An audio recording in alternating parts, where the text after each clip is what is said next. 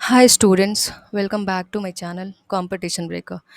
इस वीडियो में हम देखेंगे कि रजिस्ट्रेशन के बारे में कुछ इम्पोर्टेंट सेक्शन वगैरह। तो हम शुरू करते हैं। कुछ हम बैकग्राउंड देखते हैं जीएसटी रजिस्ट्रेशन का। जीएसटी रजिस्ट्रेशन एक स्टेट वाइज रजिस्ट्रेशन है।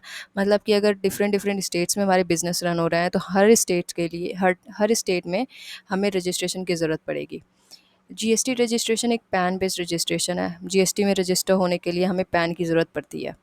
नॉर्मली जो जीएसटी में रजिस्ट्रेशन होता है, मतलब कोई भी अगर सप्लायर जीएसटी में रजिस्टर कर रहा है वो सिंगल रजिस्ट्रेशन के लिए मतलब ये सिंगल रजिस्ट्रेशन जीएसटी एक्ट के अंदर मैंडेटरी है। लेकिन अगर कोई ऐसा पर्सन है जो कि इस सेम स्टेट में दो या दो से ज़्यादा बिजनेस को रन कर रहा है फ्रॉम डिफरेंट डिफरेंट लोकेशन, तो ये उनके ऊपर डिपेंड करता है। वो चाहे तो एक सिंगल रजिस्ट्रेशन भी ले सकते हैं। अगर उनको मतलब ऐसा है कि नहीं सेपरेट रजिस्ट्रेशन लेना है तो वो भी ले सकते हैं। जीएसटी रजिस्ट्रेशन एक नॉट टैक्स स्पेसिफिक रजिस्ट्रेशन है। मतलब कि अगर जीएसटी में रजिस्टर हो गया तो जो भी डिफरेंट डिफरेंट रेगुलेशंस हैं जीएसटी के अंडर, मतलब सीजीएसटी एक्ट है, एसजीएसटी एक्ट है, यूटीजीएसटी एक्ट है, इन सारे टैक्सेस में रजिस्टर करने की ज़रूरत नहीं है। वो ऑलरेडी माना जाएगा कि रजिस्टर्ड है। अब हम देखेंगे कि हमारे कुछ इंपॉर्टेंट सेक्शंस, जैसे कि पहला है रजिस्ट्रेशन रिक्वायरमेंट थ्रेशोल्ड। मतलब इसमें ये सेक्शन 22 में डिफ़ाइन है। इसमें ये हम पढ़ेंगे कि कौन से मतलब ऐसे लोग हैं जिनको मतलब जो लाइबल हैं रजिस्ट्रेशन कराने के लिए। तो कोई भी मतलब बिज़नेस है जो कि इंगेज्ड है सप्लाई ऑफ सर्विसेज में, सप्लाई ऑफ नोटिफाइड गुड्स में, या supply of both goods and services में, उनकी जो थ्रेशोल्ड लिमिट है वो एग्रीगेट टर्नओवर, मतलब थ्रेशोल्ड लिमिट है उनकी, वो 20 लाख रुपीज़ है। एग्रीगेट टर्नओवर के बारे में हम आगे देखेंगे। ये एक बहुत ही इंपॉर्टेंट कॉन्सेप्ट है। लेकिन ये जो 20 लाख रुपीज़ वाला लिमिट है वो रिड्यूस हो जाता है टू 10 लाख रुपीज़ उन स्टेट्स के लिए जो कि एक स्पेसिफिक स्टेट्स के कैटेगरी में आते हैं। For example Manipur, Mizoram, Nagaland and Tripura. लेकिन अगर कोई ऐसा बिजनेस है जो कि सप्लाई ऑफ गुड्स में इंगेज्ड है, except notified goods. Notified goods वो गुड्स होते हैं जैसे कि ice cream, edible ice cream, paan masala, tobacco, manufactured tobacco substitutes, ये सारे जो भी गुड्स हैं वो नोटिफाइड गुड्स के अंडर आते हैं। तो इन सारे गुड्स को छोड़ के, मतलब अगर कोई नॉर्मल गुड्स में जो कि टैक्सेबल गुड्स हैं अंडर जीएसटी, उनमें डील कर रहा है, तो उनका जो टर्नओवर लिमिट है वो 40 लाख रुपीज़ है नॉर्मल वाले केस में। मतलब 40 लाख रुपीज़ से अगर एक्सीड करता है तो रजिस्ट्रेशन रिक्वायर्ड है। लेकिन जैसे अरुणाचल प्रदेश हो गया, मेघालय हो गया, पुडुचेरी हो गया, सिक्किम, तेलंगाना, उत्तराखंड, उनके लिए जो लिमिट है वो 20 लाख रुपीज़ है। और मणिपुर, मिजोरम, नागालैंड, त्रिपुरा हो गया, उनके लिए जो लिमिट है वो 10 लाख रुपीज़ है। अब हम देखेंगे कि एग्रीगेट टर्नओवर क्या होता है। एग्रीगेट टर्नओवर का मतलब होता है, एग्रीगेट मतलब कि कुछ भी, मतलब जिसको हमने पूरा ऐड कर दिया, होल कह सकते हैं, एज अ होल, ठीक है। टर्नओवर का मतलब होता है सेल्स। मतलब जितना भी टोटल सेल हो रहा है एक बिजनेस से, उसको हम एग्रीगेट टर्नओवर के अंडर लेंगे। चाहे वो से सप्लाई हो रहा है, मतलब बाहर हो रहा है, value of all taxable outward supplies, या चाहे तो वो सेल हो रहा है और उस पे जो भी टैक्स कलेक्ट हो रहा है एफसीएम या आरसीएम, मतलब फॉरवर्ड चार्ज मैकेनिज़्म यूज़ करके या रिवर्स चार्ज मैकेनिज़्म यूज़ करके, या फिर कोई भी ऐसी सप्लाईज़ जिसमें कोई बिज़नेस डील कर रहा है, उन गुड्स में डील कर रहा है जो कि एग्जेम्प्टेड है जीएसटी के अंडर, वो भी इंक्लूडेड होगा एग्रीगेट टर्नओवर के अंडर। एक्सपोर्ट हो कर रहा है कोई बिज़नेस, वो भी इंक्लूड होगा। इंटर स्टेट सप्लाई कर रहा है, मतलब एक ही पैन नंबर से, मतलब एक ही बिज़नेस है जो कि इंटर स्टेट सप्लाई में इंगेज्ड है। तो ये सारे चीज़ों को हम जब ऐड करते हैं तो हमारा एग्रीगेट टर्नओवर निकल के आता है। ऐसा, मतलब ये आप सोच रहे होगे ना कि एग्जेम्प्टेड गुड्स क्यों मतलब इंक्लूडेड है, क्योंकि जीएसटी में तो कोई इसका रोल है नहीं।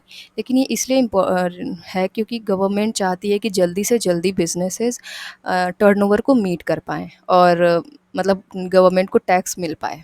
ओके। ये एफसीएम और आरसीएम, फॉरवर्ड चार्ज मैकेनिज़्म, एक ऐसा मैकेनिज़्म होता है जैसे कि हम नॉर्मल जीएसटी कलेक्ट होता है, पहले कस्टमर सेलर को देता है जीएसटी, मतलब सेलर कलेक्ट कर रहा होता है कस्टमर से और फिर गवर्नमेंट को पे कर रहा होता है। तो ये हो गया forward charge mechanism. Reverse charge mechanism में ये है कि मतलब बीच में से जो सेलर है, सप्लायर है, वो हट जाता है। डायरेक्टली कंज्यूमर है, वो टैक्स को पे कर रहा है गवर्नमेंट को। तो हमारा वो रिवर्स चार्ज मैकेनिज़्म में आ गया। ठीक है, आप इसको ऐसे भी याद कर सकते हो, मतलब फॉरवर्ड चार्ज मैकेनिज़्म का मतलब जो नॉर्मल जीएसटी जिस तरीके से चार्ज होता है, और रिवर्स का मतलब कि एफसीएम का उल्टा। इसमें अब देखेंगे कि एग्रीगेट टर्नओवर में क्या-क्या इंक्लूडेड नहीं होते हैं, मतलब कुछ एग्ज़म्पशंस भी हैं। जैसे सेंट्रल टैक्स हो गया, स्टेट टैक्स हो गया, यूनियन टेरिटरी टैक्स हो गया, इंटीग्रेटेड टैक्स हो गया, या सेस कॉम्पेंसेशन टैक्स हो गया। ये सारे एक्सक्लूडेड हैं। और वो सारे सप्लाईज़ मतलब जो कि परचेज़ेज़ हैं, जो परचेज़ हैं जिस पे रिवर्स चार्ज मैकेनिज़्म से टैक्स कलेक्ट होता है, वो एक्सक्लूडेड है। अब यहाँ पे हम देखेंगे मतलब aggregate turnover includes all supplies made by a taxable person whether on their own account और on the behalf of their principal. अब हम देखेंगे कि place of business for registration, मतलब कि इसमें देखेंगे कि जो भी रजिस्ट्रेशन है वो एक बिज़नेस के लिए मतलब रिक्वायर्ड है अगर वो टैक्सेबल सप्लाईज़ में डील कर रहा है। अगर वो टैक्सेबल सप्लाईज़ में नहीं डील कर रहा है तो उन्हें रजिस्ट्रेशन लेने की ज़रूरत नहीं है। कोई भी सप्लायर ठीक है, a person must obtain registration for each place of business in India from where the taxable supplies or occur। मतलब कोई भी ऐसा पर्सन जो कि डिफरेंट डिफरेंट जगह से गुड्स को सप्लाई कर रहा है, तो उसको वहाँ वहाँ से मतलब रजिस्ट्रेशन लेना इम्पॉर्टेंट है। अगर विद इन स्टेट ही दो बिजनेस है उसका, तो उसके ऊपर मतलब डिपेंड करता है। ये हमने बात किया ऊपर ही, जो स्पेशल कैटेगरी स्टेट्स थे उनका जो लिमिट था वो 10 लाख रुपीज़ था, ये ऑलरेडी डिस्कस्ड है। कुछ ऐसे पर्सन्स हैं जो कि लाइबल नहीं है रजिस्ट्रेशंस के अंडर, ये हमारा सेक्शन 23 में डिफाइंड है। मतलब कोई भी ऐसा पर्सन जो कि इंगेज्ड है supply of goods and services या बोथ, जो कि टैक्सेबल नहीं है जीएसटी के अंदर, मतलब एग्जेम्प्टेड है।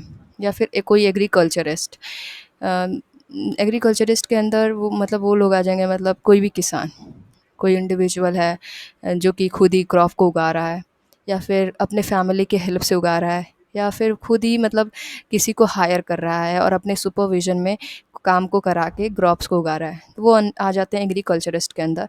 और वो मतलब वो लाइबल नहीं है जीएसटी रजिस्ट्रेशन के लिए।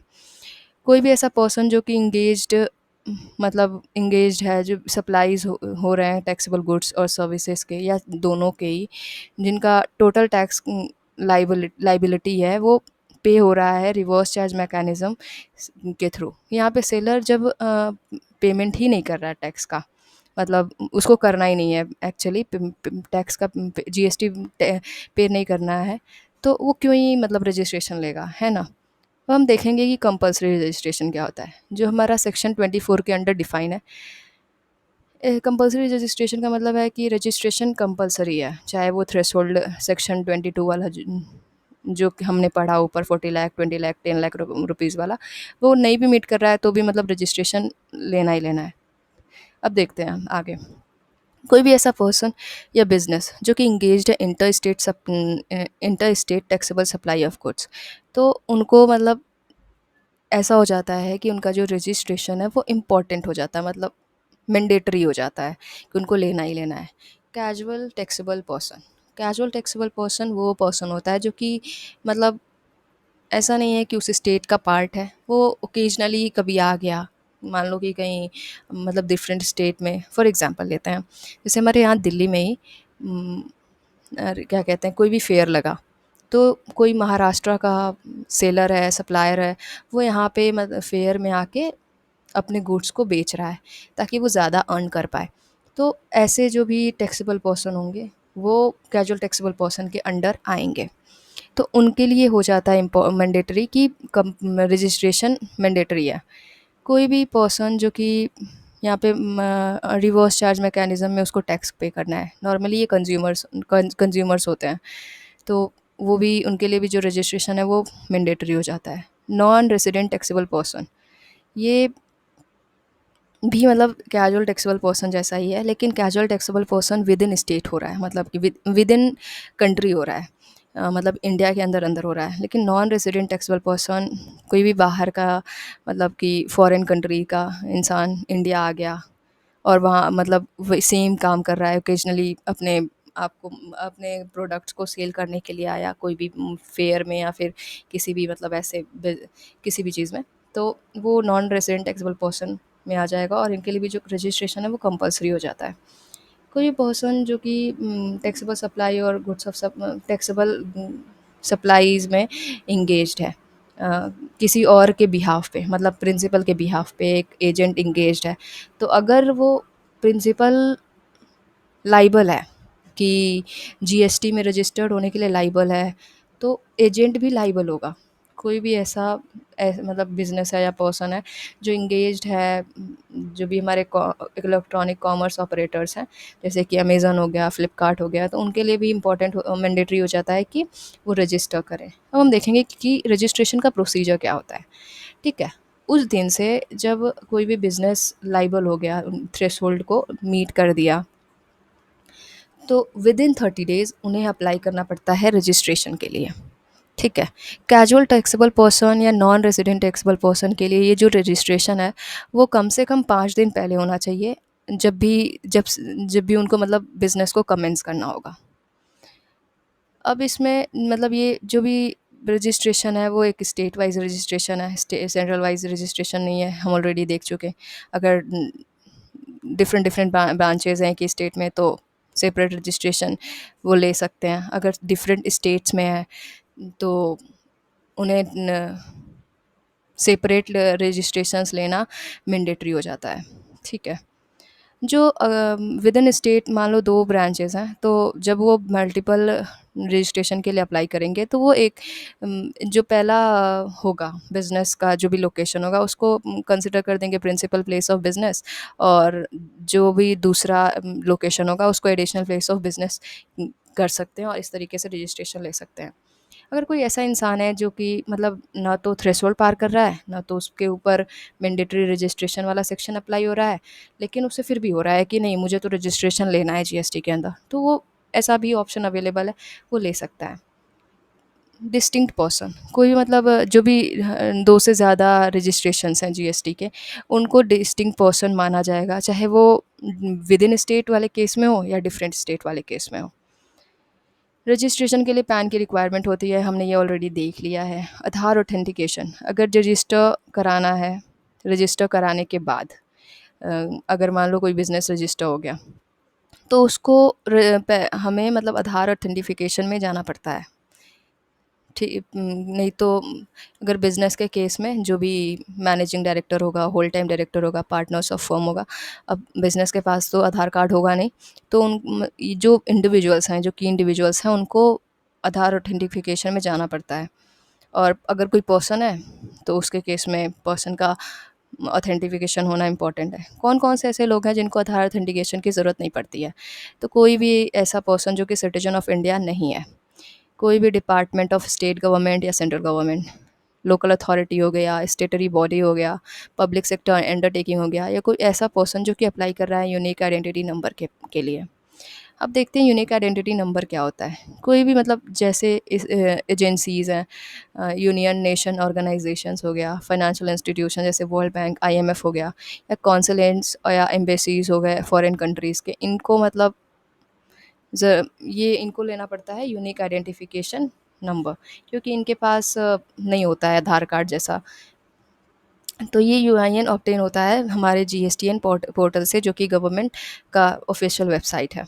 ठीक है, अब उसके बाद देखेंगे यूआईएन मतलब की ज़रूरत पड़ती है ताकि जो भी ऑर्गेनाइजेशंस हैं या बाहर के जो लोग, जो फॉरेन कंट्रीज़ के लोग हैं, वो रिफ़ंड को क्लेम कर पाएँ। रिफ़ंड, हाँ, जो यूआईएन है, यूनिक आइडेंटिफिकेशन नंबर, एक सेंट्रलाइज्ड यूआईएन है, मतलब होल ऑफ इंडिया पे एप्लीकेबल है।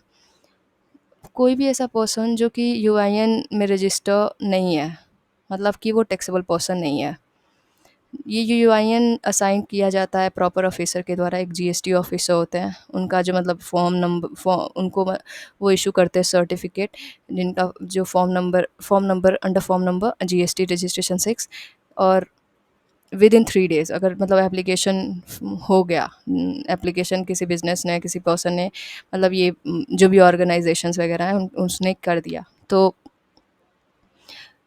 विद इन 3 डेज़ उनको मतलब इशू करना पड़ता है।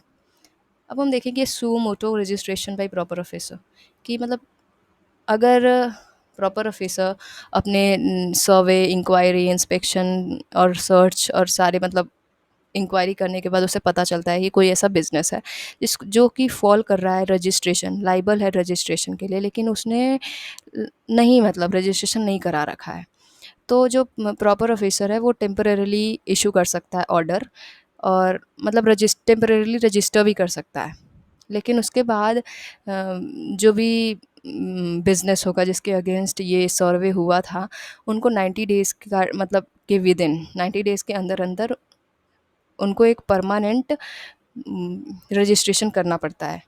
इन केस अगर जो भी इंस्पेक्शन था प्रॉपर ऑफिसर का गलत निकलता है, तो उस केस में जो बिज़नेस जिसके अगेंस्ट ये इंक्वायरी हुई थी, वो अपील कर सकता है विद इन 30 डेज़। ठीक है। जो जीएसटीएन जो रजिस्ट्रेशन ग्रांट होगा, उन उसका जो भी इफ़ेक्टिव डेट होगा, वो date of proper officer ordering grant वाले डेट से होगा।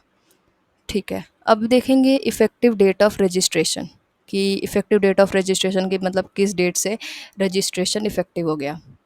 तो ये डिपेंड करता है कि कब एप्लीकेशन सबमिट किया गया है। मैंडेटरी रजिस्ट्रेशन वाले केस में अगर एप्लीकेशन सबमिट किया जाता है विद इन 30 डेज़, तो ये रजिस्ट्रेशन इफेक्टिव हो जाता है from the date of liability arose, मतलब जिस दिन बिजनेस ने थ्रेशोल्ड को पार कर दिया उस दिन से। अगर एप्लीकेशन सबमिट होता है आफ्टर 30 डेज़, मतलब जो भी हमारा रूल हमने पढ़ा कि 30 डेज़ के विद इन रजिस्ट्रेशन करना ज़रूरी है, मैंडेटरी है, लेकिन वो उस टाइम पे ना करके 30 डेज़ के बाद किया, तो जो इफ़ेक्टिव डेट होगा वो डेट ऑफ ग्रांटिंग रजिस्ट्रेशन, जिस दिन रजिस्ट्रेशन मिल जाएगी, मतलब रजिस्टर हो जाएगी बिज़नेस, तो उस दिन से एप्लीकेबल होगा। वॉलंटरी रजिस्ट्रेशन के केस में जिस दिन से मतलब ग्रांट हो जाएगा रजिस्ट्रेशन, उस दिन से ही होगा। Registration of casual taxable person and non taxable casual taxable person, जो कैजुअल टैक्सेबल पर्सन और नॉन कैजुअल टैक्सेबल पर्सन होता है, उनको मतलब रजिस्ट्रेशन लेना इम्पॉर्टेंट ही होता है, मैंडेटरी होता है, चाहे वो थ्रेशोल्ड को पार करें या ना करें। और ये जो रजिस्ट्रेशन है कम से कम 5 दिन पहले कराना पड़ता है उनको। उनको जीएसटी डिपॉजिट करना इन एडवांस डिपॉजिट करना पड़ता है after estimating their tax liability. फिर उसके बाद जो भी मतलब ये इनका जो टाइम पीरियड होता है, मतलब कैजुअल टैक्सेबल पर्सन और नॉन रेजिडेंट टैक्सेबल पर्सन के लिए जो रजिस्ट्रेशन का वैलिड टाइम पीरियड होता है, वो 3 महीने के लिए होता है। मतलब अगर वो चाहें इसको एक्सटेंड कराना, तो अंडर 27 वो एक्सटेंड करा सकते हैं प्रॉपर ऑफिसर के थ्रू। लेकिन फिर जब एक्सटेंड कराने जाएंगे तो भी उनको एडवांस जीएसटी पेमेंट करना पड़ता है। Non resident taxable person must electronically submit, जो भी नॉन रेसिडेंट टैक्सेबल पर्सन है उनको सबमिट करना पड़ता है कॉपी ऑफ पासपोर्ट। और अगर बिजनेस एंटिटी है तो उनको करना पड़ता है टैक्स आइडेंटिफिकेशन नंबर या कोई भी यूनिक आइडेंटिफिकेशन नंबर जो कि उनके कंट्री में होगा। अगर पैन होगा तो पैन को ही प्रायोरिटी मिलेगी। अब हम देखेंगे कि अमेंडमेंट क्या क्या, मतलब रजिस्ट्रेशन में अमेंडमेंट कैसे हो सकता है। तो सेक्शन 28 के अंदर रूल 19 के अंदर ये डिफाइन है कि अमेंडमेंट कुछ कोर एरियाज़ होते हैं, जैसे कि नेम हो गया, एड्रेस हो गया, या फिर पार्टनर्स का नाम को डिलीट करना, या नए पार्टनर्स को बिजनेस में लाना, डायरेक्टर्स अगर इन केस चेंज हो रहे हैं तो उनके नाम को अपडेट करना। ये सारे जो होते हैं वो कोर एरियाज़ होते हैं, और इनमें जो जो भी अमेंडमेंट होता है उसमें प्रॉपर ऑफिसर की अप्रूवल की ज़रूरत होती है। हम इसका मतलब प्रोसीजर देखते हैं। पहले बिज़नेस को अप्लाई करना पड़ता है फॉर्म नंबर REG 14 में विद इन 15 डेज़। अगर मतलब जिस दिन उनको लग रहा है कि चेंज कराना है, उस दिन से 15 दिन तक के विद इन में उनको रजिस्टर अप्लाई करना पड़ता है। उसके बाद प्रॉपर ऑफिसर अप्रूव करता है और इशू कर देता है फॉर्म नंबर REG 15। अमेंडमेंट जो भी होगी उन मतलब एक ही पेन से होगी, ऐसा नहीं है कि डिफरेंट डिफरेंट पेन से होगा। जो भी मतलब एंटिटी का, अगर बिजनेस तो डिफरेंट एंटिटी होती है, तो जिस उस एंटिटी का जो भी पैन वगैरह होगा तो उस पे होगा। फिर उसके बाद देखेंगे कि जो अगर उसके बाद प्रॉपर ऑफिसर चेक करेंगे कि जो भी इंफॉर्मेशन दी गई है वो इनकम्प्लीट है या इनकरेक्ट है, या जैसा भी अगर सही रहता है तो फिर तो उनको मतलब मिल जाता है। अगर इन केस इनकम्प्लीट है, इनकरेक्ट है, तो फिर उनको सो कॉस्ट नोटिस इशू की जाती है विद इन 15 डेज़। फिर रजिस्टर पर्सन रिप्लाई करता है RAG 4 के अंडर अगले 7 दिनों के अंदर अंदर।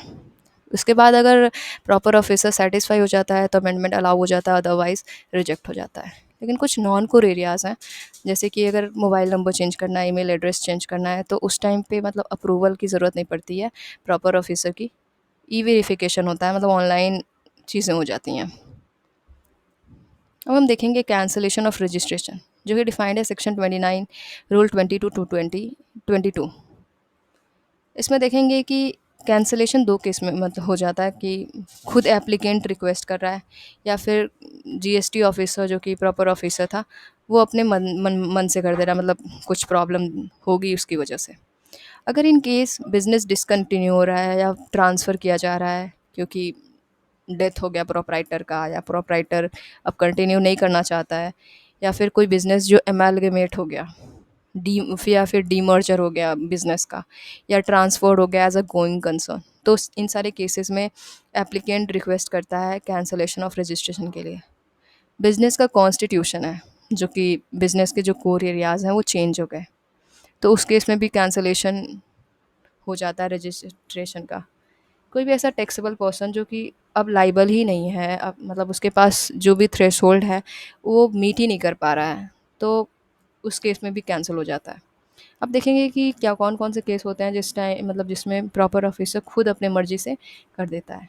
कोई भी ऐसा पर्सन जो कि रजिस्टर्ड है GST के अंडर, लेकिन वो उस वहाँ से जहाँ से रजिस्टर्ड है वहाँ पे कोई बिजनेस ही नहीं कर रहा है, तो प्रॉपर ऑफिसर कैंसिल कर सकता है। जो रजिस्टर्ड पर्सन है वो इशू करता है इनवॉइसेस या बिल, लेकिन सप्लाई ही नहीं करता है गुड्स और सर्विसेज की, तो इसका मतलब है कि वो वायलेट कर रहा है एक्ट को। कोई भी जो भी कंडीशंस मेंशन्ड हैं ITC के, मतलब ITC को अवेल करने के लिए सेक्शन 16 में, उसको मतलब प्रॉपरली फॉलो नहीं कर रहा है, मिसमैच देखने को मिल रहा है, तो उस केस में भी कैंसिल हो सकता है। वायलेशन ऑफ सेक्शन 171, मतलब कि जो भी बेनिफिट मिल रहा है GST रेट का डिक्रीज़ होने से कस्टमर को, वो बेनिफिट सप्लायर नहीं दे रहा है कस्टमर्स को, तो उस केस में मतलब सेक्शन 171 का वायलेशन है, तो उस टाइम पे भी अगर पकड़ा गया तो प्रॉपर ऑफिसर कैंसिल कर सकता है।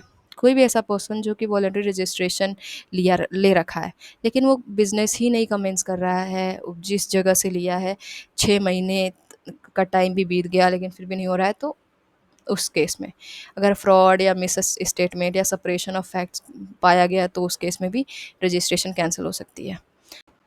सस्पेंशन ऑफ रजिस्ट्रेशन का मतलब है कि जो भी मतलब रजिस्ट्रेशन को कुछ टाइम के लिए फ्रीज़ कर देना या फिर टेम्परेरी पॉज कर देना, ठीक है। ये कई तरीक़ों से हो सकता है, मतलब एप्लीकेंट के रिक्वेस्ट पे भी हो सकता है। अगर एप्लीकेंट को मतलब खुद ही कैंसिल कराना है या सस्पेंड कराना है रजिस्ट्रेशन को, तो वो करा सकता है। और जो रजिस्ट्रेशन का सस्पेंशन है वो मतलब 2 डेट अवेलेबल है अगर एप्लीकेंट रिक्वेस्ट वाले केस में। जैसे डेट ऑफ एप्लीकेशन सबमिशन, जिस दिन एप्लीकेंट ने एप्लीकेशन सबमिट किया सस्पेंशन ऑफ रजिस्ट्रेशन के लिए, या फिर उस डेट को जिस दिन मतलब से चाहता है कि वो कैंसलेशन इफ़ेक्टिव हो जाए।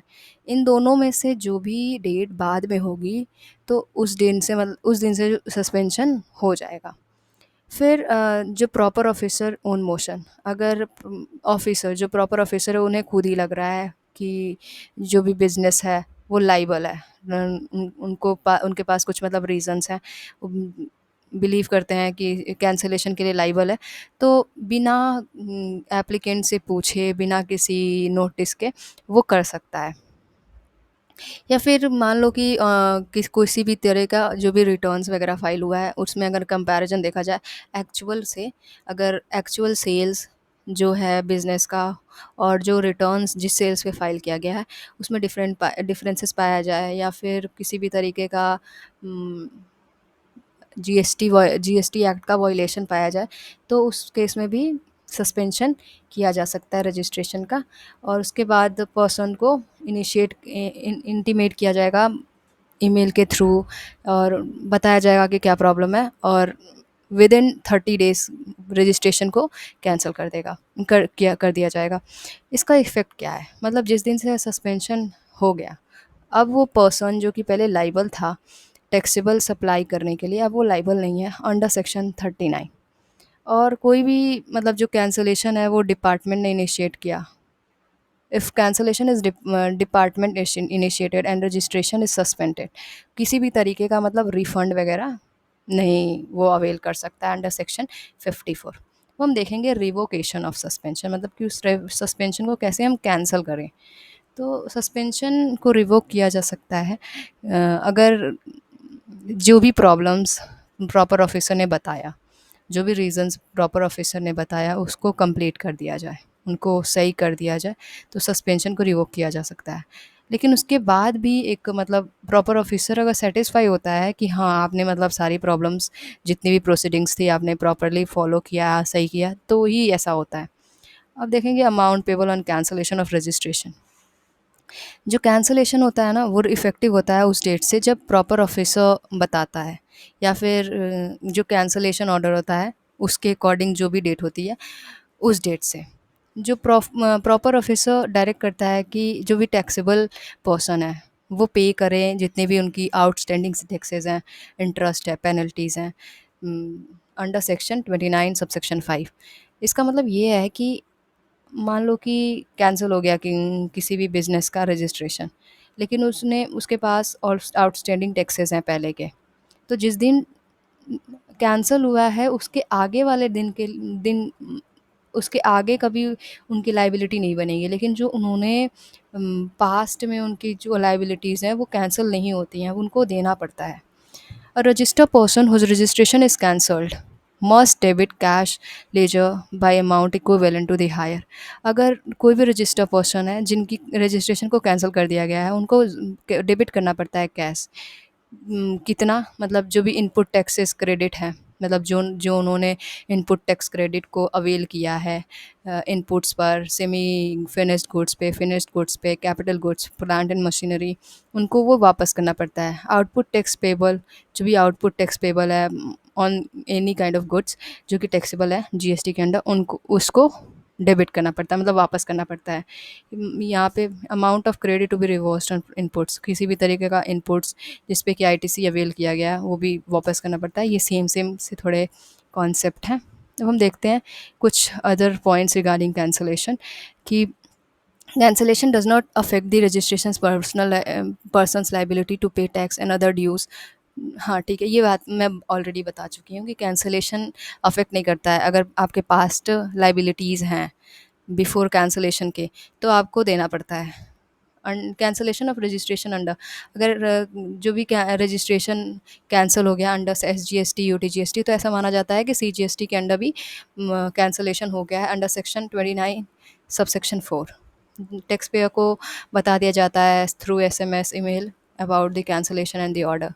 जो भी टैक्स पेयर है जो कि file can not file returns for the period, cancellation के बाद किसी भी तरीके का रिटर्न्स फाइल नहीं किया जा सकता एप्लीकेंट के द्वारा। Revocation of cancellation of registration, अगर मतलब लग रहा है कि जो भी रजिस्ट्रेशन है जो कि प्रॉपर ऑफिसर ने कर दिया अपनी मर्ज़ी से क्योंकि उन्हें लगा कि कर देना चाहिए, तो जो भी जो एप्लीकेंट होगा, जो रजिस्टर्ड पर्सन होगा वो अप्लाई कर सकता है रिवोकेशन के लिए विद इन 30 डेज़, जब से वो डेट ऑफ सर्विस, मतलब जिस दिन से मतलब कैंसलेशन ऑर्डर आ गया। अगर प्रॉपर ऑफिसर सेटिस्फाई होता है उसके बाद मान लेता है कि हाँ जो भी एप्लीकेंट कह रहा है वो सही है, तो वो रिवोक कर सकता है कैंसलेशन को विद इन 30 डेज़। ठीक है। अगर एप्लीकेशन रिजेक्ट हो जाता है, मतलब before rejection show cause notice issue होती है एप्लीकेंट को, जो कि clarification who must provide clarification with in 7 working days. जो भी प्रॉपर ऑफिसर होता है वो एक्सेप्ट करता है, रिजेक्ट करता है, जिस तरीके से सेटिस्फाई हो गया तो एक्सेप्ट करेगा, अगर नहीं सेटिस्फाई हुआ तो रिजेक्ट कर देगा with in 30 days of receiving. ये जो 30 डेज़ का टाइम है, अगर एप्लीकेंट को लगता है कि नहीं इस 30 डेज़ में तो उसने जो भी काम था वो उसने नहीं कर पाया, उसको और टाइम की ज़रूरत है, तो वो इस टाइम को एक्सटेंड किया जा सकता है बाई एडिशनल कमिश्नर और joint commissioner up to 30 days. लेकिन इस 30 डेज़ के बाद भी लग रहा है एप्लीकेंट को कि नहीं ज़रूरी है कि और भी मतलब 30 डे नेक्स्ट 30 डेज़ का टाइम चाहिए, नेक्स्ट टाइम चाहिए, तो उसको नेक्स्ट 30 डेज़ के लिए अप्लाई करना पड़ेगा, मतलब कमिश्नर या फॉर फर्दर पीरियड के लिए बात करनी पड़ेगी। So that's all about this chapter. हमने इस चैप्टर को अच्छे से कवर कर लिया। Thank you for watching this video and do like and subscribe my channel. Okay.